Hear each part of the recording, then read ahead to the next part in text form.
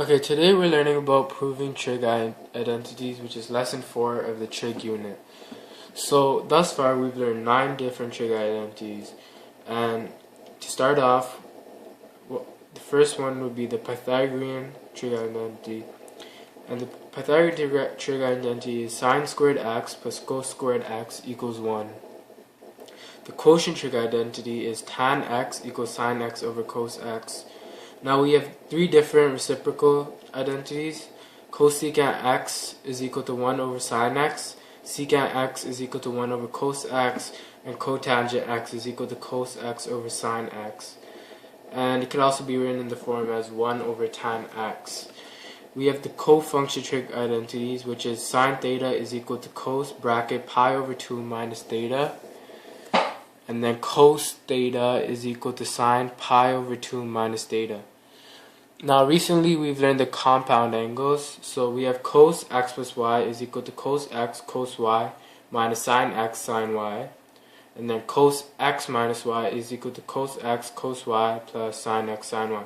So an easy way to learn this is for cos we have opposite signs.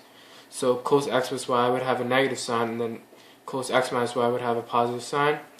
While for sine, we have sine x plus y equals sine x cos y plus cos x sine y, and then sine x minus y equals sine x cos y minus cos x sine y. So for sine, the sign stays the same, but sine and cos are rearranged. And then finally we have the tan compound angles, so trig identities. So we have tan x plus y equals tan x plus tan y over 1 minus tan x tan y. And then we have tan x minus y equals tan x minus tan y over 1 plus tan x tan y. And then finally we have the double angle identities, which is sine 2x is equal to 2 sine x cos x. And then cos 2x is equal to cos squared x minus sine squared x. Now, there's several different aspects to this part of the unit, and one of the first aspects to the unit is using a compound angle formula to prove a double angle formula. So, if you can't read this properly, this says cos 2x is equal to cos squared x minus sine squared x. So we're going to simplify the left side a bit before going to the right side. So we have cos 2x. So that could be simplified into cos x plus x. And after that, this is clearly a compound angle identity. So this could be written as cos x minus sine x sine x. When this is simplified, this could be written as, when multiplied, this could be written as cos squared x minus sine squared x. Cos squared x could also be written as 1 minus sine squared x minus sine squared x. When simplifying this could be written as 1 minus 2 sine squared x. Now, if you look at the right side, we have cos squared x minus sine squared x. So this could be also written as 2 squared x minus 1. If you change the sine squared x into cos squared x minus 1, it simplifies to 2 cos squared x minus 1.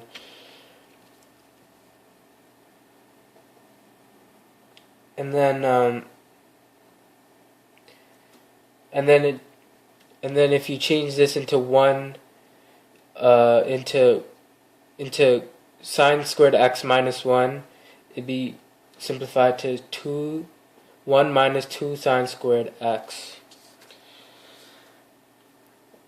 Now, for a second example, which would talk about using compound angle formula to prove a cofunction identity.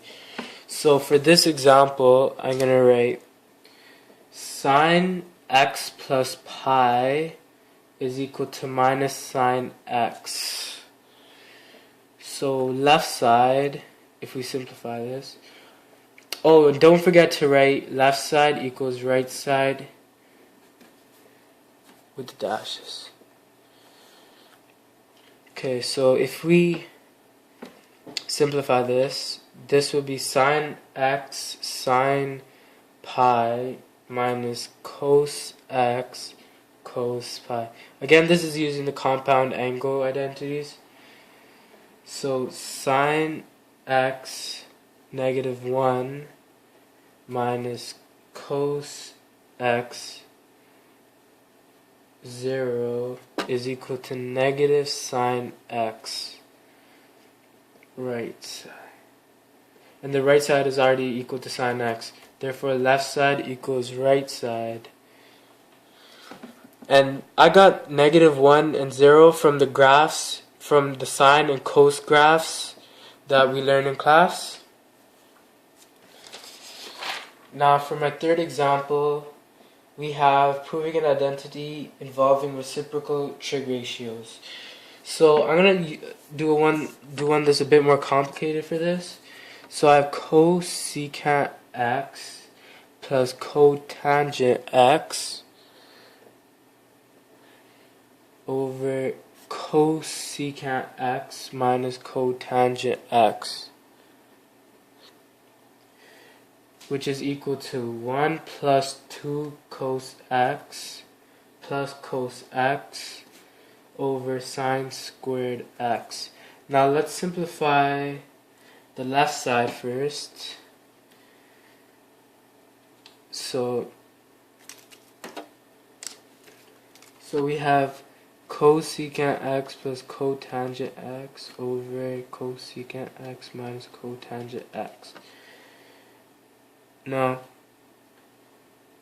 cosecant x from our trig identities could be also written as 1 over sine x, plus cotangent x could also be written as cos x over sine x, divided by cosecant x could also be written as 1 over sine x, and then subtracted by cos x over sine x.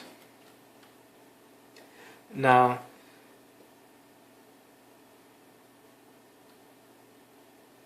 since they have the same denominator, we could write 1 plus cos x over sine x, write this in brackets, multiplied by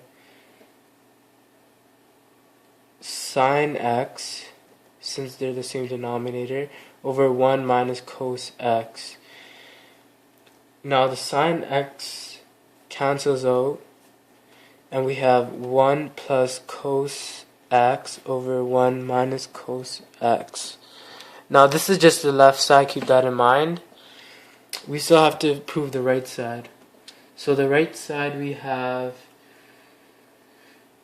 1 plus 2 cos x plus cos x over sine squared x.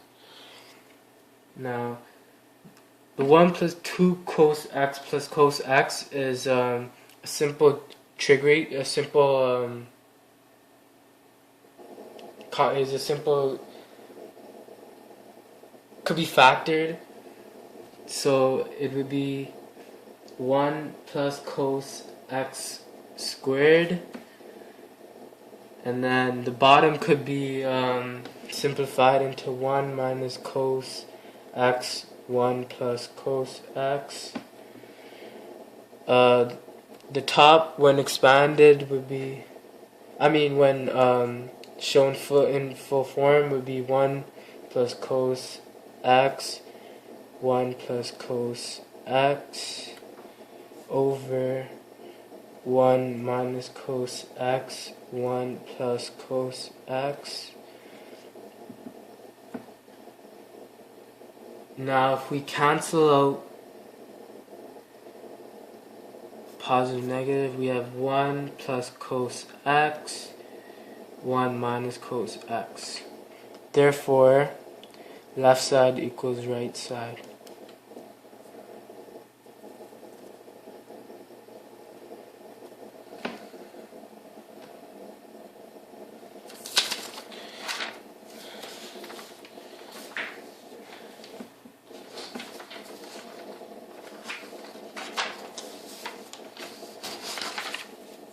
Now for the final part of this video, we have a complex identity. So I'm going to do 1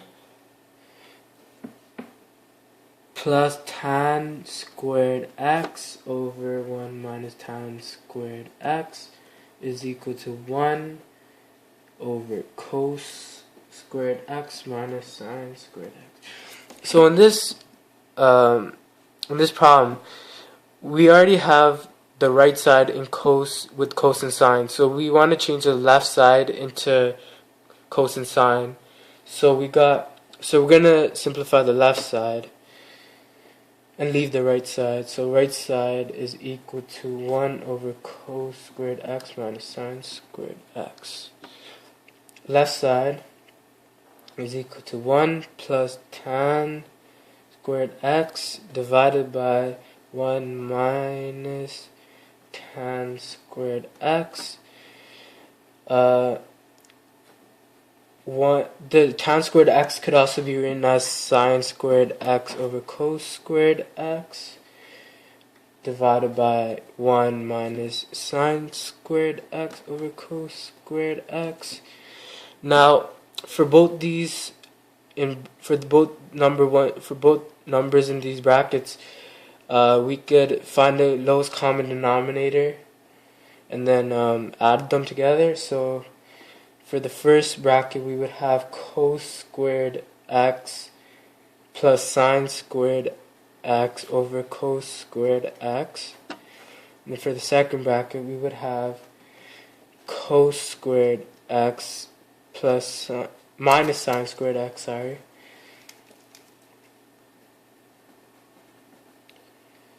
over cos squared x.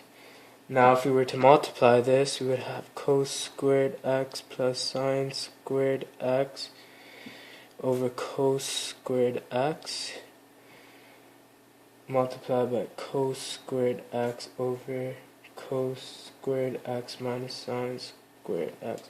So the cos squared x cancels out. We get cos squared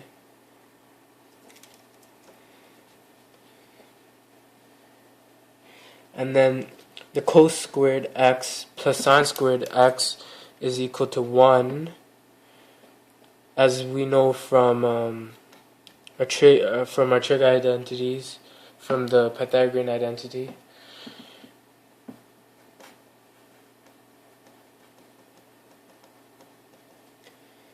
If this is multiplied, it is equal to 1 over cos squared x minus sine squared x. Therefore, left side is equal to right side. So I hope you guys learned a lot from the video, and I hope you guys do good on your test.